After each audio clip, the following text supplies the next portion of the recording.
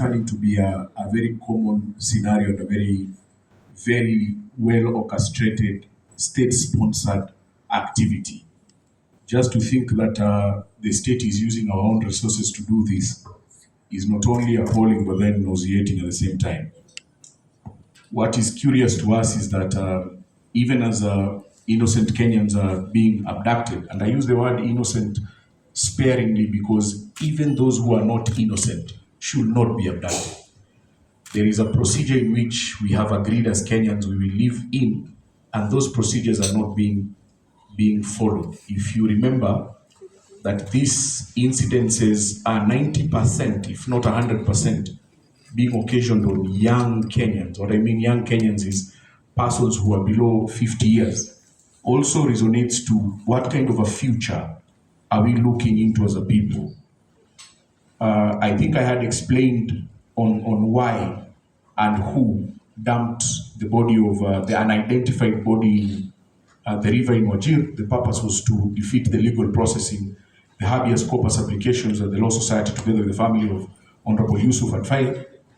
And one of the most important points that I think you have raised today, the rep from Kiambu, is the signaling.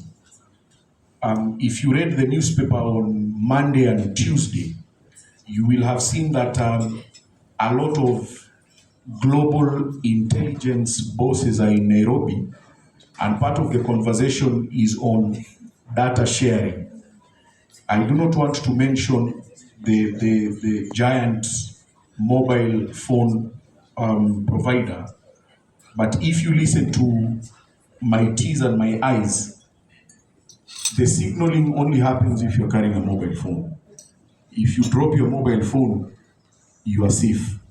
All those who went into parliament were identified for the singular reason that they carried mobile phones with them, and the triangulation is done by pinging the cell tower with all those who are around you. My friend Honorable Imotok, these things cannot happen without the blessings of the state. That is sad.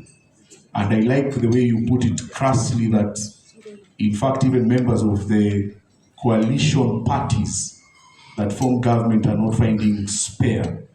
They are also part victims, and this speaks to what Governor Orengo says government eats its own children. It's quite a very, very unfortunate scenario. I will pause as I finalize that what we did as the Law Society of Kenya when the three innocent Kenyans, this is the Longton brothers and Bob Njagi, went missing, is we actually got to a point where we were desperate enough to write that they were dead. But then we kept on getting silent signals, because we do get those signals.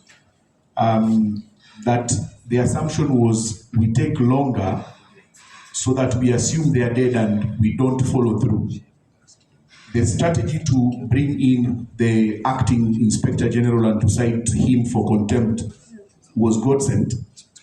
In fact, on the day when we were going for the sentencing, they did not believe that the acting Inspector General would in fact be condemned to contempt and the 6 months imprisonment.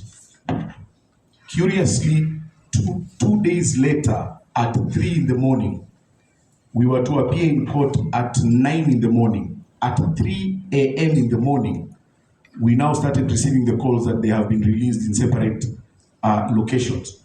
What I'm trying to advance on this is that as we are tackling, judicial interventions in what are happening in Kenya, let us devise new methodologies. Another one will be, even as we are pursuing this habeas corpus writ, some of the prayers that we may seek are damages, and these damages should go on the vote head.